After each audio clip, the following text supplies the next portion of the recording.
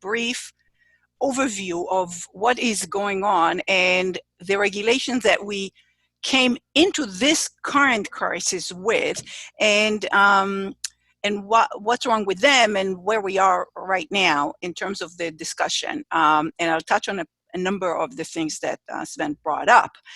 So I start with the big picture that I present when I teach finance and society at Stanford, showing financial institutions and markets. I show them as very strong and muscular here. Governments and their institutions, people in the middle, of course, and the rest of the economy, real economy. Now, this picture is missing an increasingly important set of players, and those are the central banks. So central banks are very unusual elements of the system, increasingly important, and they will come into play because they're kind of lying in between the financial sector and the government. So we will see them show up, ECB, the Federal Reserve, etc. They are important, and you'll understand why, because I'll try to teach a little bit. So starting with the last crisis, the one that got my attention on banking, that was a headline, September 15th, 2008, almost 12 years ago. And central banks, the Fed and the US Treasury, and then central banks and governments all over, did extraordinary things then, and now they're doing some of the same things again. And then the regulation will come into this as well. So that was that crisis, and they propped up the system in incredible ways. And of course, we have the history of the decade since then. There were a lot of narratives about financial crisis. This, of course, one is that we are in right now, not a financial crisis yet, but a public health crisis, is a pandemic, economic crisis related to the pandemic. We'll get to that at the end. But, you know, the crisis was viewed by some, or wanted to be presented by some, as a natural disaster, as something about the plumbing, liquidity problems, as Iran, and all of that invoked the notion of sending the ambulances and all of that. This is a JP Morgan Chase CEO who said that he told his daughter when she came from school and asked him what is a financial crisis, that basically it's something that happens every so often, is what he told her.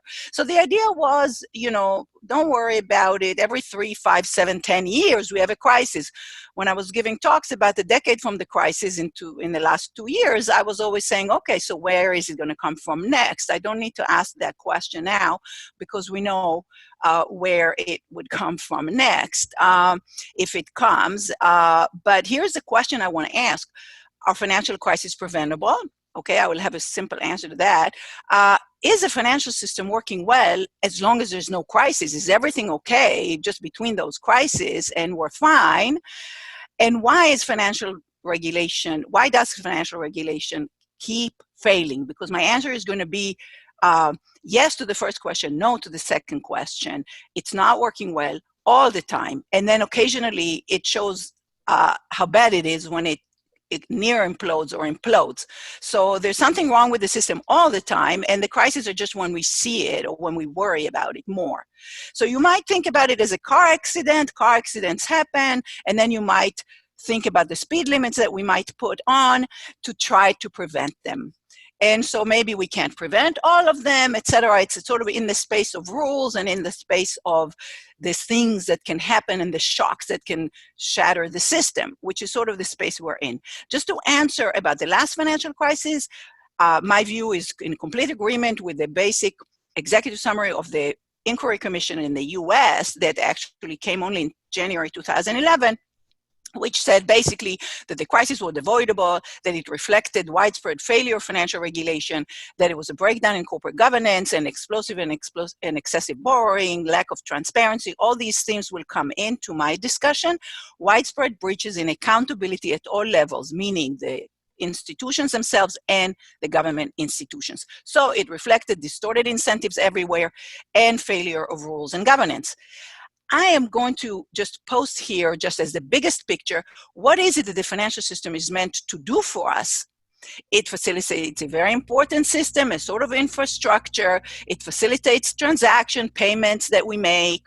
It allocates savings and investments and supposed to facilitate the risk sharing so that we can optimally, make investments that help all of us.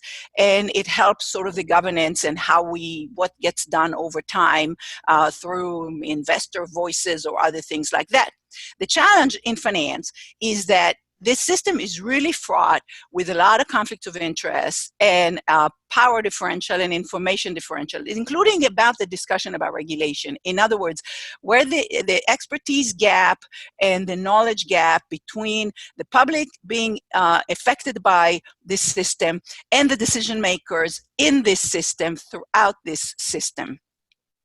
One of the issues is debt, and so I'm going to come to the words that already were mentioned, capital and liquidity and all this stuff, but let's talk first about debt, because that is the fuel of a lot of what, our growth consists of. It's done through this wonderful contract of debt, which is IOU. One of the places where we meet it frequently is home ownership and mortgages. So I'm drawing here in color debt, which is like the mortgage that you have on the house, and the equity, the original amount you put in, which fluctuates with the value of the house. If you sold it, what you'd have left. And just drawing very quickly, if you bought a house for $400,000 and paid $20,000 in down payment and the rest you borrowed, here is ignoring interest and other things, what happens when the house price goes up. You owe the same amount, or with interest. I'm not really complicating the matter, but all the increase of 2.5% the value of the house actually gave you a 50% increase in your equity portion of it. So in percentage wise, it's great on the small base. If the house went up by 5%, you double your $20,000 because you benefit from the entire gain. So it juices up, it magnifies the returns on the upside. The house goes up by 10%. That is the $40,000 that now gets added to the $20,000. So you tripled your initial money. So this works really wonderful. Debt magnifies the upside. You put a little bit of money and you get to do a lot more. Buy a big house. However, it looks very ugly on the downside. So if there's a small decrease in the value of the house in this case, of course, could also be reasons that you will not be able to pay your debt. That's a different thing because you lost your job or whatever. So all the promises that we make. But here is just the value of the house against which you borrowed. You lost half your equity for just a small decline in the value of the house. This was sort of the subprime crisis in the US. 20,000, 5% decrease in the value of the house wipes out your mortgage. And this is a situation called being underwater, which means that the house is worth 280, but the house is worth, 360. And you owe 380, so you are underwater, meaning if you sold the house, you couldn't pay your debt. So that is going to be akin to insolvency for corporations. Now let's talk about banks. Banks have deposits, which is colored red. Everybody forgets that, but they do owe us back the money. It just doesn't feel to it as it to them, and I'll come to that in a second. And we can take that money that they owe us anytime we want in the ATM, so we count on that. But they build a big tower of red debt that they owe, and of course they might put it at risk, and what happens if they lose? So they put a teeny bit of equity under this. And of course, here's what can happen should they lose. What can happen, since they're very interconnected, is they will start a contagion mechanism, which is dominoes of some sort through the contractual relations they have with one another, and through other mechanisms of panic and fear and whatever else. And here we have a financial crisis, and here we have, this is Uncle Sam, governments and central banks and people standing behind them, propping up the system and trying to save us from it collapsing. And that was basically, in a few minutes, what we have experienced sort of a decade ago, and way back in the history. But here's what happens now, color-wise. In the codes, I come from Silicon Valley, and here in the big tech companies, they don't bother to borrow. They just have a lot of profits, and they mostly fund with equity here, and they don't need to borrow. Now, they don't have a business of providing liquidity and deposits, but still, the difference is so stark. What is wrong with Google that it has so much equity? Why is it having this equity that the banks say is so expensive to have, and all of that? Now, I want to stop and mention that when you talk about things like balance sheets, I didn't draw it, I just color-coded sort of assets and liabilities. Central banks are very different. Central banks are not normal corporations. They don't have normal balance sheets. People talk about their balance sheets, but they just can make it. So they print that currency, the paper money or central bank money that we use to pay.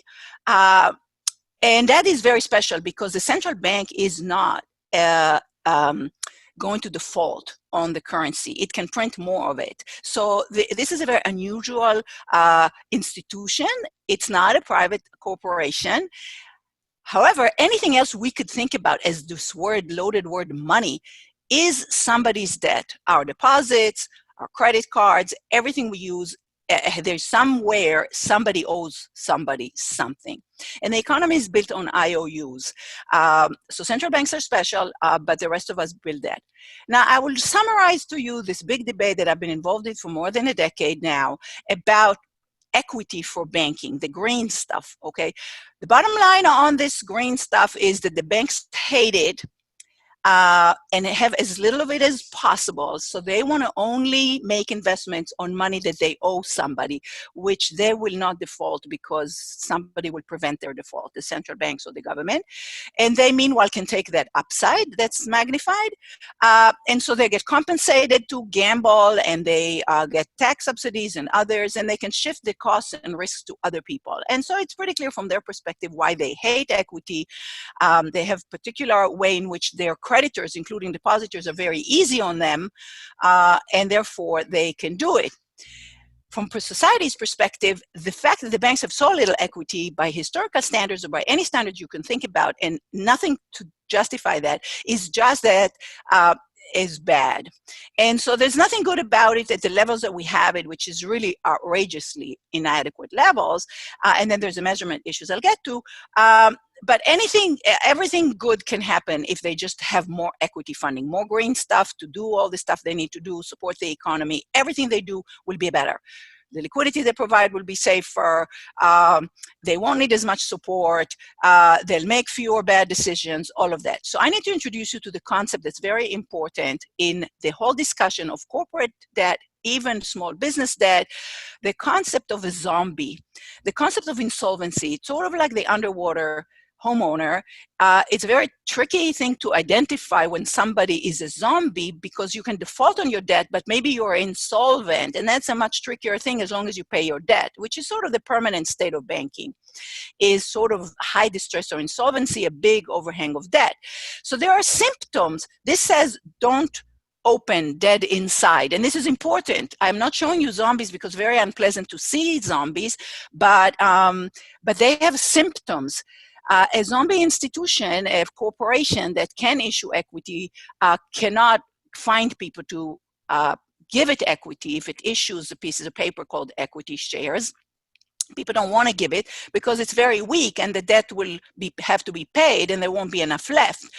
They start having a lot of biases in favor of taking a lot of risk because the upside they can take and the downside they just walk away from in bankruptcy or whatever, or somebody comes in to help them.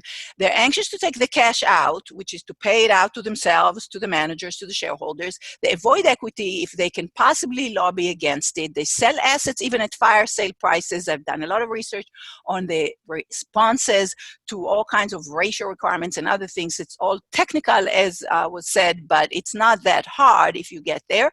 And they hate the boring projects because the boring projects go to the creditors and they will underinvest in those business loans in favor of all kinds of other things, depending on the regulation, depending on all kinds of things. And they try to hide it in their disclosures to just live another day and lobby the policymakers to just keep persisting in this unhealthy state.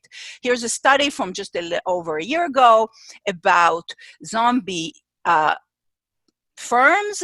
So companies that are very weak, have a lot of, and they produce non-performing loans that are not paying the banks, and their connections to weak banks. So the zombie banks tend to keep alive zombie inefficient institutions and even crowd out some healthier business that they should have funded, so that these investments get very distorted and the system is not producing what we want when we have a lot of zombie banks and a lot of institutions that are really not viable throughout the economy. And it can really harm growth, it can cause recession, all of that. So a lot of that overhang is not good. Now, the regulations that are supposed to take care of it are written up in Basel, in the Basel Committee for Bank Supervision. And the Basel II, with which we entered the last financial crisis, was a spectacular failure.